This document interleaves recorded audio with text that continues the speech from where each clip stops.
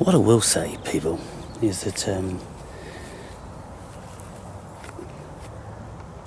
I don't even need what I'm gathering up here. And I think what I'll do is I will gather up, as many as I can find.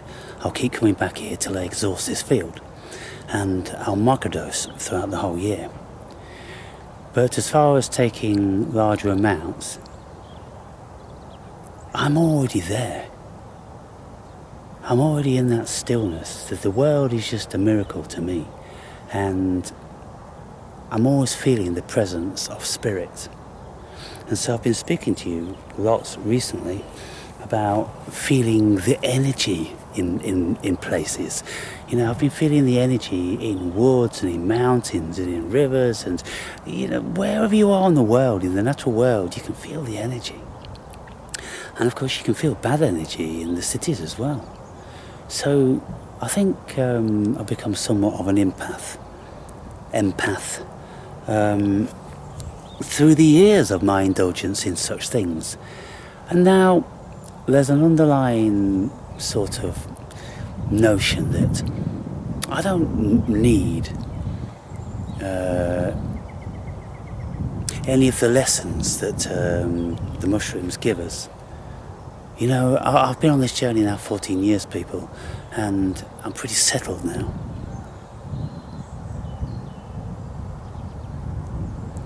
But all I need do is just to be somewhere like this. And I'm in the dream. I'm kind of like dazed.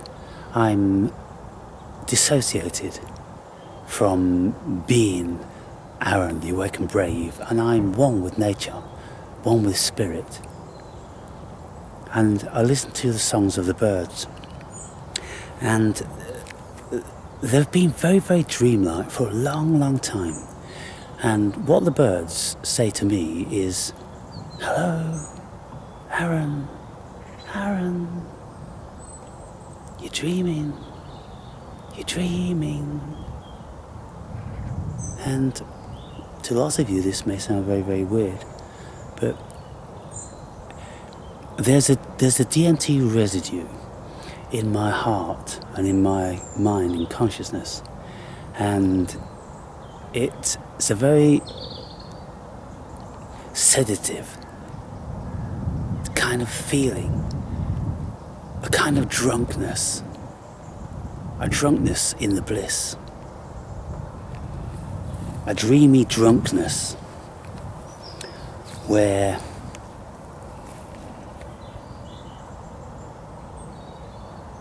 you know that everything's alive and everything is conscious.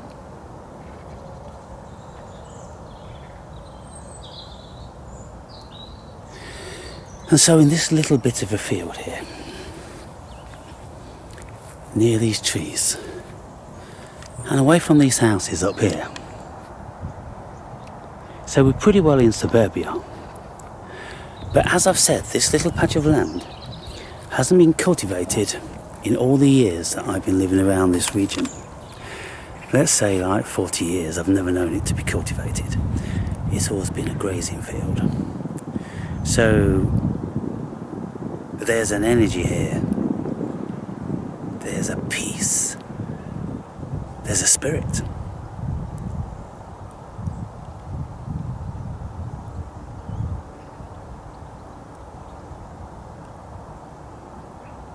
I try to explain what it's like when I look at the leaves very, very gently just swaying.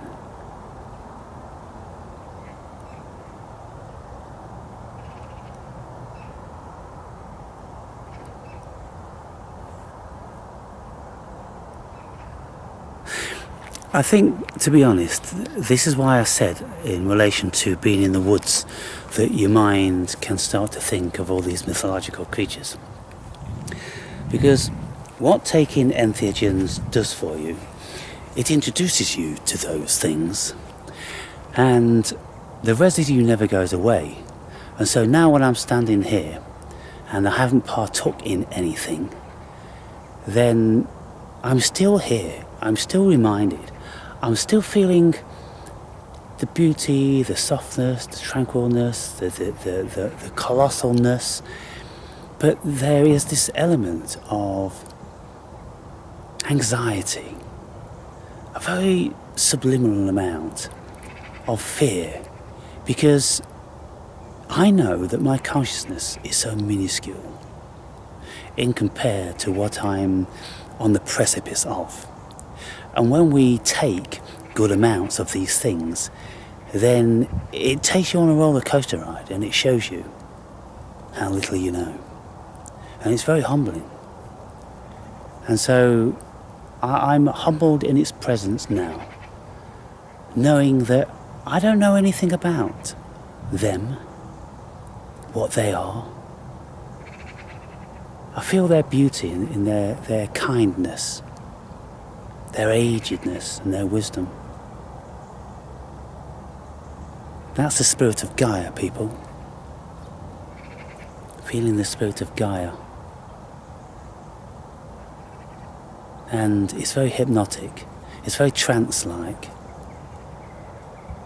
And it's most certainly accentuated when you have the sun beaming down on you. And this is why, people, the ancients have always worshipped the sun. The sun is God. The sun is most certainly the God of this world, in that it which giveth life. It gives rise to all life. And so what else could be a more befitting God than that which giveth life? Everybody knows that. Nobody's in doubt of that. No, not a single scientist on the planet would doubt that the sun gives this planet life. And without our relationship with the sun, there wouldn't be anything here, save for a rock, minerals and different sorts of things, but no life. The cosmos needs life and water and oxygen. And so I'm sure the sun is responsible for all of those things. And so I've always worshipped the sun, ever since I was a young kid. I didn't really know I was worshipping the sun. I knew I really enjoyed it and I loved it whenever I was in its presence. And it meant so much to me, it always has done. I never ever take weather for granted. I can enjoy all different sorts and facets of weather, but there's nothing more beautiful than when there's big fluffy clouds in the sky and the sun is popping out between them.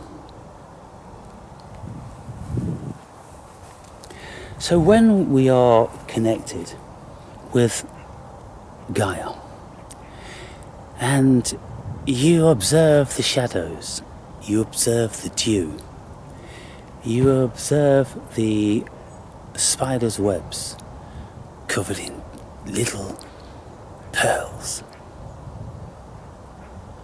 you feel that spirit.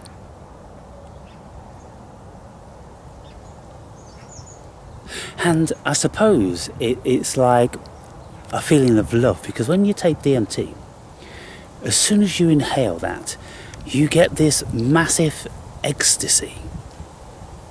And the whole body is buzzing and it's pleasant and it's incredible. And so what I've got now, throughout all of my life, I've got a residue of that. And I can feel it in my...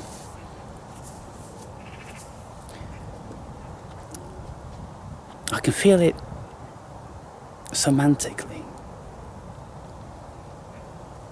Is it semantic? Somatic? The viceroy, you know. I feel it. I wonder if this is where the word soma is derived from. You know, because soma is spoken about in many realms, in Hindu realms, in Mayan realms, in Nordic realms, I think even, or with the Amanita muscaria, they speak about soma. And I wonder if that's got something to do with the somatic side of things.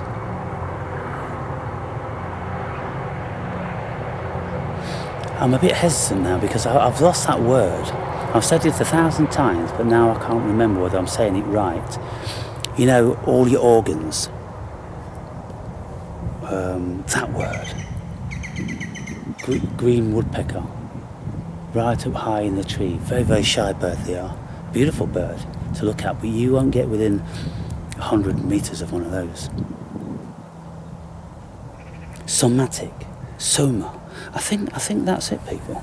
And so what they've been speaking about for all these years is whatever brings about this feeling of love within your core essence, within your heart, within your liver, within your lungs and your kidneys and all that different sorts of stuff.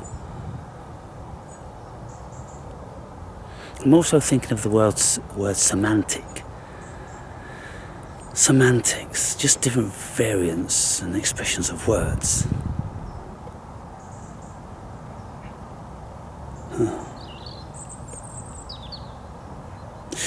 But yeah, I don't need those things anymore. I don't need these things anymore. And you know, it's like Alan Watts said. And I was just reminded last night when I was listening to one of his audios. When you've got the message, hang up the phone.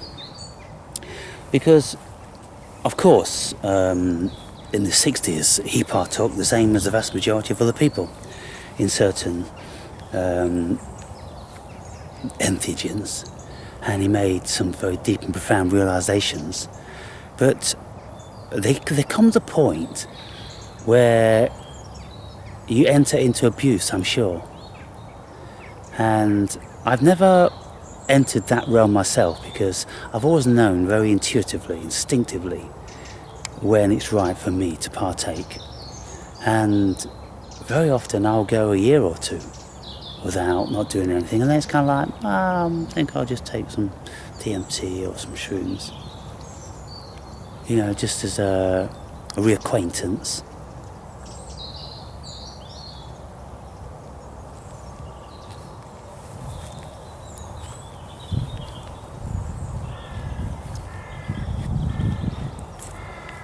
But you know, when you're alone, people, out in the natural world, and you are finely tuned into all the birds, and there's lots of birds around here, right?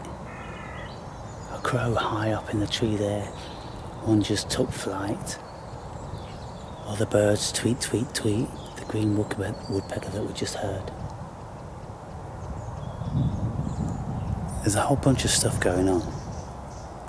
And the sun rising in the sky, the dewdrops evaporating. And what always catches my eye is that whenever I look across, let's say a little bit of a scape like this, I will see one bead of dew calling to me, waving to me, communicating to me. And these beads can be anything within the realm of the colour spectrum of the rainbow. And they can very often be absolutely like amber, beautiful glistening amber, magenta, electric blue. You look around on a dewy day like this, and you will see them flickering, and I'm seeing them flickering now. And it's always been a knowing that Gaia is communicating with me. And the Jews call this sparks. We call it holy sparks. When something really meaningful touches them. When something mystical and spiritual touches them. And you have this direct acknowledgement, only you, on the whole world. With the world, with Gaia, with spirit. And it's an acknowledgement that you're doing well, you're on the right path, you recognise us, you can see us, yeah? You're a seer. And when you're a seer, people, then the world shows you a billion things all the time. And that's why when you're in the natural world, you are enveloped in ecstasy. And it can be a little bit scary, because of the depth and magnitude of the love. It's too much. And I've had an occasion whereby I took DMT standing up, as I very often do, and I was dropped to my knees with a burning sensation of love, so powerful in my solar plexus. And I was grasping at the sand and grimacing. And the DMT said to me, "You couldn't bear any more of this love, could you?" I'm like, no, please take it away. Please take it away. I begged for the DMT to take that overpowering sensation of love away, because it isn't possible for a human being to endure it. And I've heard this in certain parts of the Bible, saying things like, you cannot look into the face of God before you will surely die. And God could never bestow his full love upon you because you don't have what it takes to absorb that. It's too much. And I think this is why human beings, they're not this all-loving creature, because it does get too much. We need a respite from love. We really do. We just can't be immersed and embraced in such profound love. It's overpowering. And just reflect back from when you was in love. Maybe for the first time, young love, how powerful it was, how intoxicating. And you'd just stare into each other's eyes and you'd be dizzy. I remember that's how I was. I used to stare into my first love's eyes, and there were oceans. We'd literally be an inch away from each other, looking into each other's eyes, and there were glistening oceans of love, and we'd both start to cry. Absolutely amazing.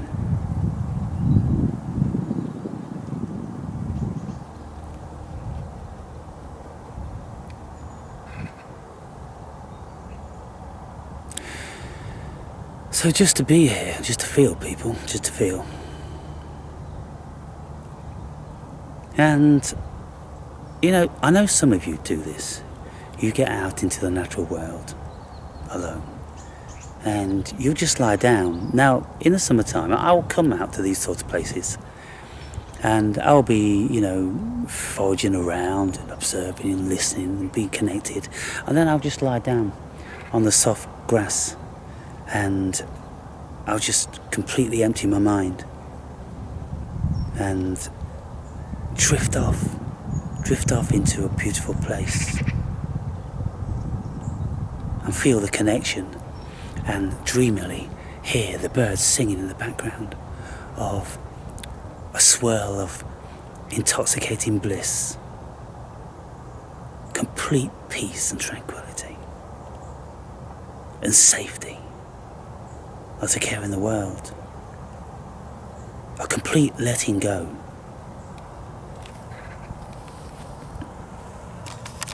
Now, having made this video,